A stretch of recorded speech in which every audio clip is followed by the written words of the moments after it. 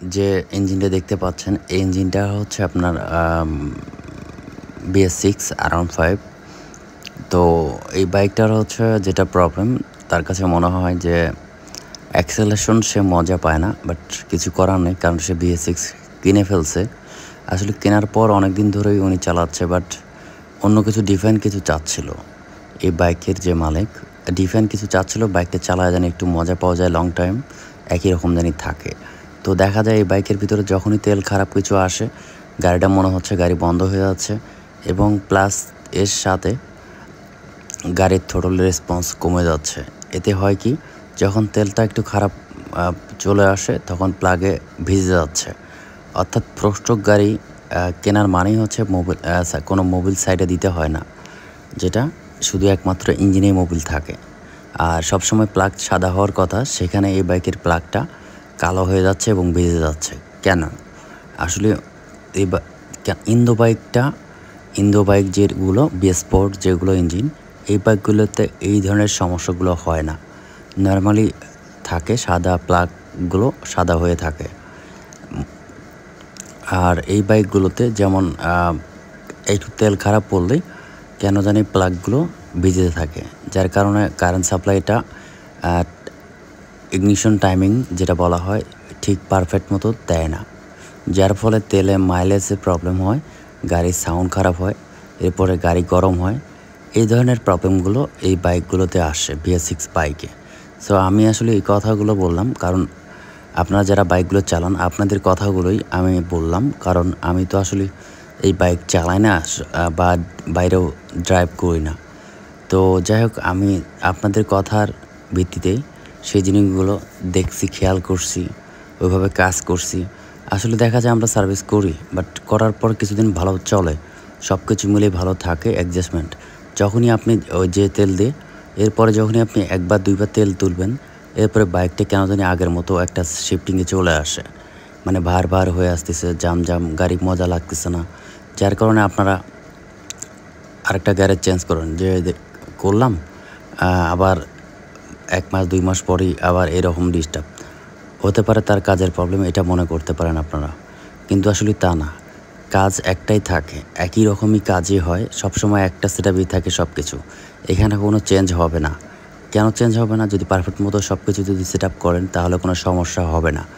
আর সমস্যা যেটা হয়, যে কারণটা হচ্ছে আপনি বিভিন্ন পাম্প থেকে তেল তোলেন, হঠাৎ করে আপনি এমন এক জায়গায় গেছেন, সেখানে মানে আশেপাশে পাম্প নেই, খোলা এক জায়গা থেকে তেল নিছেন, সেটা তোলার পর থেকে কি হচ্ছে, আপনার বাইকে পিকআপ ছেড়ে দিচ্ছে, এরপর হচ্ছে আপনার গাড়ি থ্রোটল নিচ্ছে না।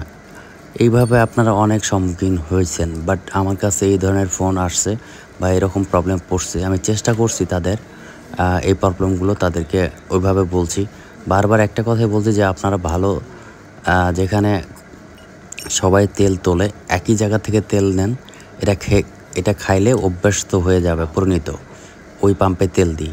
যখনই আপনি আরেকটা জায়গা থেকে নেবেন, আপনার বাইকটা কেমন চেঞ্জ হয়ে যাবে। একটা কথা বলি, যেটা হচ্ছে তেলের ভিতরে যদি মিক্সড কিছু থাকে বা ভেজাল কিছু হয়ে যায়, তাহলে ইঞ্জিনটা গরম হবে দ্রুত, আর সাউন্ডটা বাজে আসবে। এতে আপনার মনে হবে যে আপনার বাইকের ভিতরে কিছু একটা লুজ হয়ে গেছে বা অ্যাডজাস্ট করতে হবে। আসলে তা না।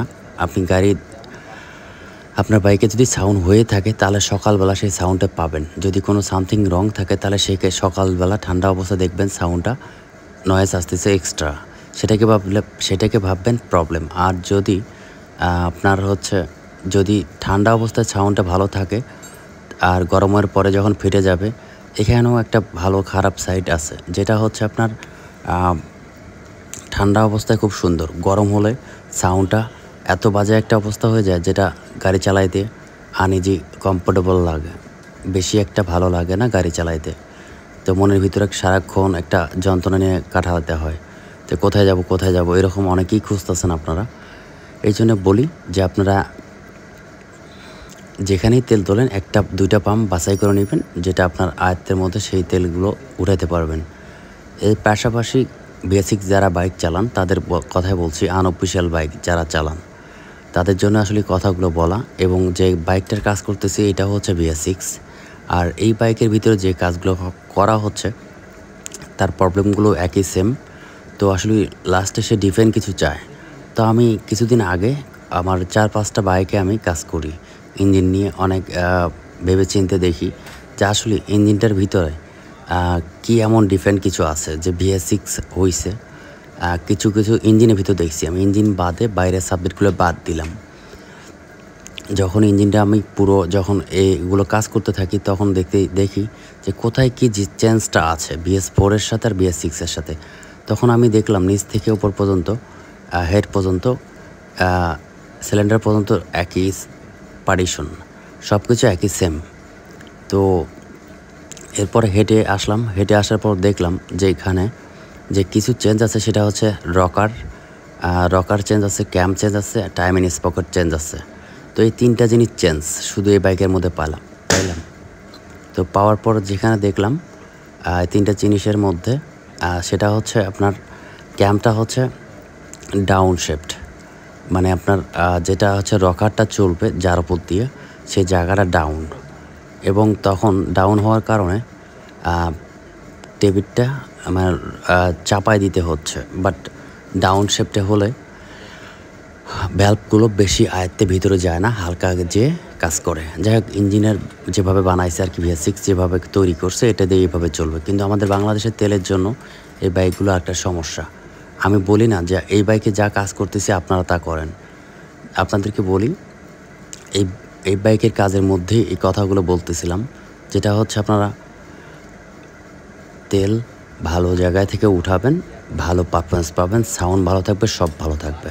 আসলে একটা নতুন বাইক কেনার পরে আপনারা অনেকেই প্যারায় থাকেন, যেটা হচ্ছে প্রথম স্টেপে খুব ভালো, এরপরে কিছুদিন 400-500 যাওয়ার পর দেখবেন আপনার বাইকের তাপমাত্রা একটু বেড়ে যাবে, একটু হিট আসবে। এই সময় যখন হিটটা আসবে তখন আপনার হচ্ছে কুলেন্টটা একটু শর্ট হয়ে যাবে। কুলেন্ট শর্ট হওয়া মানে ডান সাইডে শর্ট হইলে বাম সাইড থেকে টেনে নেবে, এবং যে বোতলটা দেখা যায় বাম সাইডে নিচে সাদা কালার, ওখানে লো এবং ফুল লেখা থাকে, এখান থেকে কমে যাবে। এটা আপনারা ফিল আপ করে দিবেন। আর দ্বিতীয়ত সাউন্ড একটু চেঞ্জ হবে, কারণ তখন হিটটা বেশি মাত্রা থাকে। 100 যখন তাপমাত্রা উঠে থাকে বাইকে তখন আপনার ফ্যানটা চলে, 100-র নিচে ফ্যান চলে না।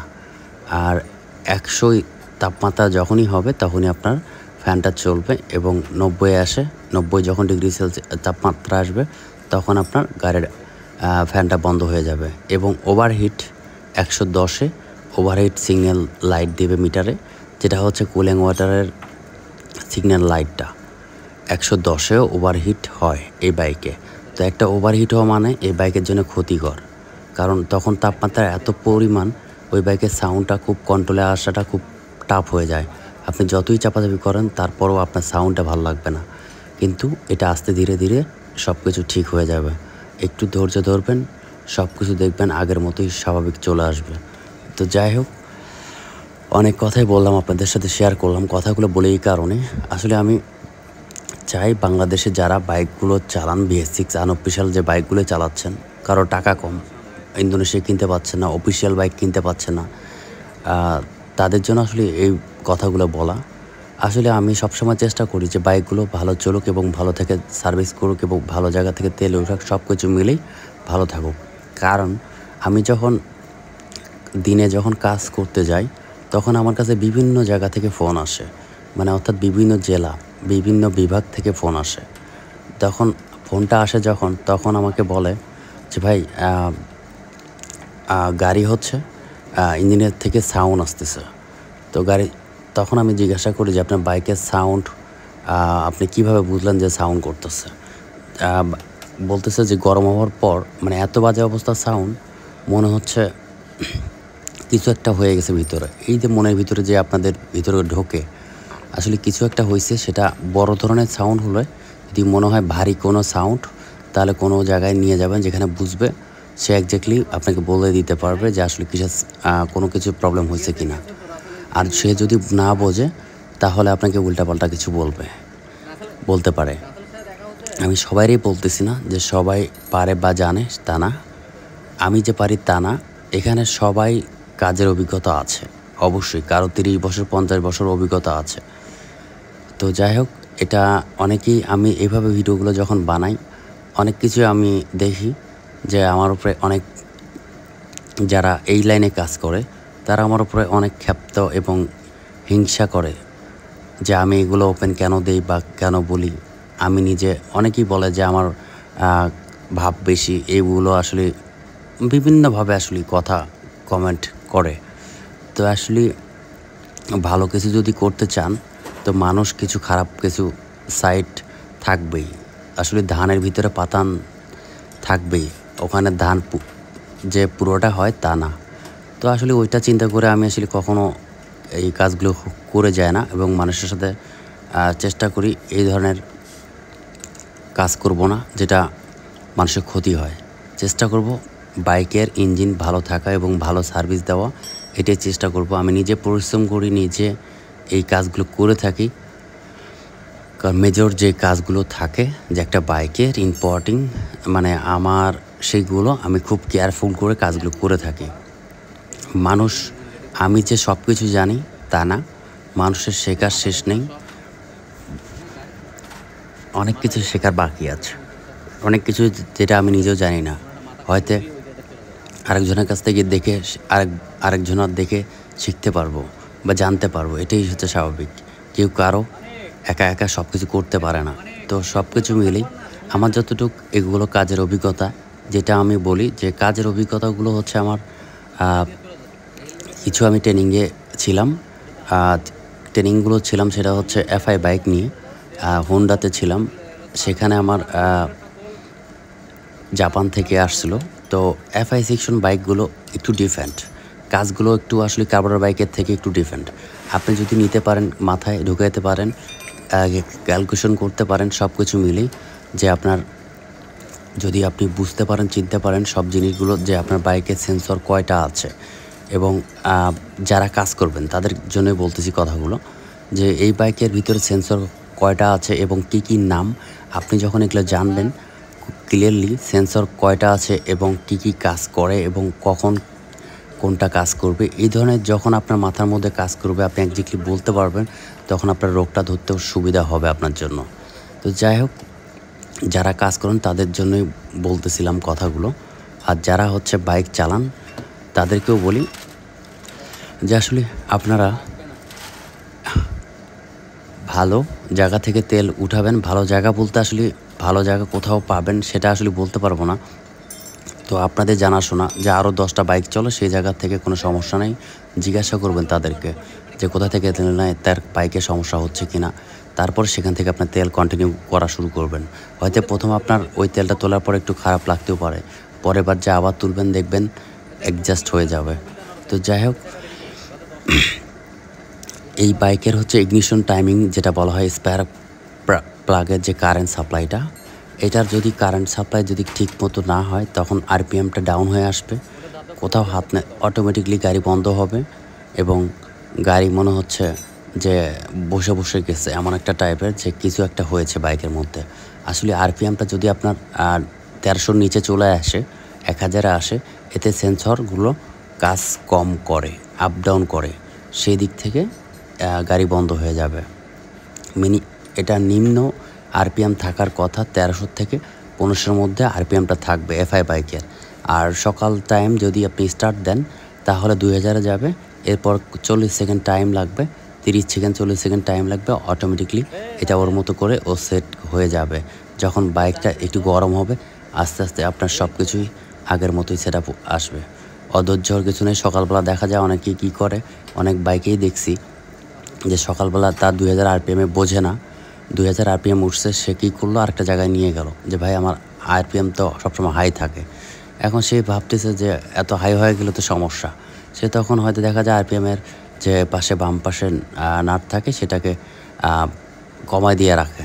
পরবর্তীতে কি হয়, গরম অবস্থায় সে তো যায়, তারপরে কমায় দিলে তারপর কি হবে, এটা ঠান্ডা অবস্থায় সকালবেলা গাড়ি বন্ধ হতে থাকবে, পরে গরম হলে আরপিএমটা ঠিক থাকবে না, বন্ধ হবে, বিভিন্ন ঝামেলা আসতে পারে। তো যাই হোক, এই যে কাজটা করতেছে এই বাইকে, এটা BS6 ছিল। তো এখানে রকার ক্যাম টাইমিং স্পকেট BS4-এর লাগানো হচ্ছে অ্যাক্সেলেশন ভালো পাওয়ার জন্য, এবং কোনো তেল খারাপ পড়লো সেটাকে ইগনিশন খুব ভালোভাবে কাজ করবে এবং স্পার্ক করবে এবং কম্প্রেসর শক্তি ভালো লাগবে। গাড়ি টানতেও মানে কি বলবো, ইন্দোনেশিয়া যেমন আপনি টানতেন সেম বাইকটার ইন্দোনেশিয়ার মতোই আপনি টানতে পারবেন। BS4 ইন্দোনেশিয়া না, এটা BS4 যেমন গাড়িগুলো টানা হয় যেরকম অ্যাক্সেলেশন, সেরকম বাইকটার অ্যাক্সেলেশনটা চলে আসবে। আসলে এত টাকা খরচ করে করা একটা বাইকের কাজ করা হচ্ছে, কিছু ডিফেন্ট যদি না আসে তাহলে তো আর কেউ লাগাইতো না। অবশ্যই ভালো দেখেই তো লাগায়, আমি বলি না আপনারা লাগান। সো যেটা কাজ করা হচ্ছে সেটা আপনাদেরকে বললাম। তো বাকিটা হচ্ছে আপনার ভিডিওতে দেখবেন, লাস্ট ফিনিশিংয়ের সাউন্ড দেখাবো। তো ভিডিওটা শেষ পর্যন্ত দেখতে থাকবেন এবং লাইক দিবেন, শেয়ার করবেন, সাবস্ক্রাইব করবেন। বাইকটা দেখতে পাচ্ছেন, এটা হচ্ছে Yamaha R15 BS6 Indian BS6। এই বাইকের ভিতরে যে কাজটা করলাম বাইকের ভিতরে, সেটা হচ্ছে ওগুলো লাগবে, ওগুলো এদিকে থো,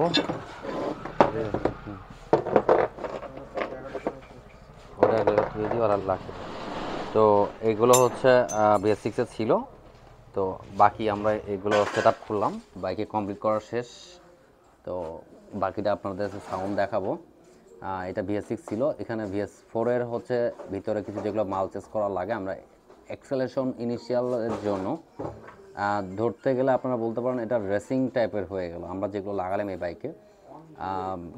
কারণ BS6 এর ক্যাম্পটা ডাউন আর BS4 এর ক্যাম্পটা হচ্ছে আপনার একটু হাই, তাতে আমরা রেসিং এটাকে ভাবতে পারি। এটা রেসিং ক্যাম্প লাগানো মনে এটা সমান। তো সেই ক্ষেত্রে আগের থেকে বেটার এবং অ্যাক্সেলেশন আপনি ইন্দো গাড়ি যেমন টানেন এই বাইকটা তেমনই টানা যাবে। BS6 এর যে স্লো মোশন এটা থাকবে না এই বাইকটার। তো বাকিটা আমরা এটা গাড়ি কমপ্লিট করব এবং কমপ্লিট করার পর বাকিটা দেখতে পারবেন আপনারা। আর এটা সাউন্ডও দেখাবো এবং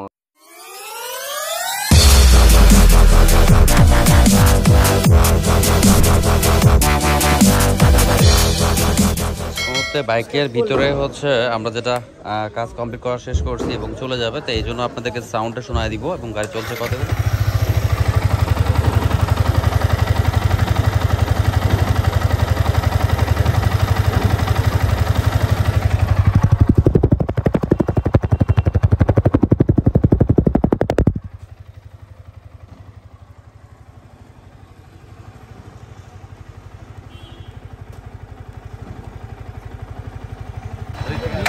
দাঁড়া ওদিকে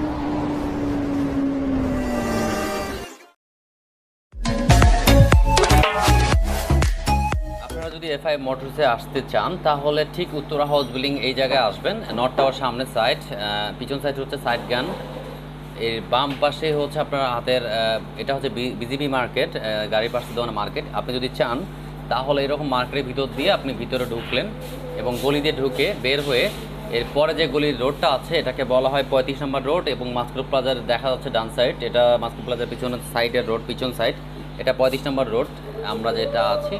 এখন আমি ঢুকতেছি সেক্টরের ভিতরে, আমরা যাব হচ্ছে 33 নম্বর রোডে, ওই রোডে গেলেই পেয়ে যাবেন দোকানটা। তাই দেখাচ্ছি আপনাদেরকে, সামনে যে মোটরটা থাকবে সেটা হচ্ছে 34 নম্বর রোড, 4 রাস্তার মোটর যেটা পাবেন এটা 34, এটা 34 নম্বর রোড।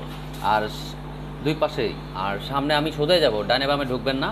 এরপরে যে সোজা যাওয়ার পর আপনি কিভাবে FI মোটরসে আসতে পারবেন, ঠিক সামনে আশেপাশে দেখতেই পাচ্ছেন, এই পাশে বাম সাইডে আপনি ঢুকবেন, এটা হচ্ছে 33-এর A আর এটা হচ্ছে 33 নম্বর রোডের A। তো বাম সাইডে ঢুকলেন, ঢোকার পর এই রাস্তায় আপনি হালকা একটু সামনে গেলেই আপনি FI মোটরসটা পেয়ে যাবেন। খুবই ফাঁকা একটা জায়গা, ফরওয়ার্ড শান্তশিষ্ট, এখানে আসলে আপনি FI মোটরসটা পেয়ে যাবেন।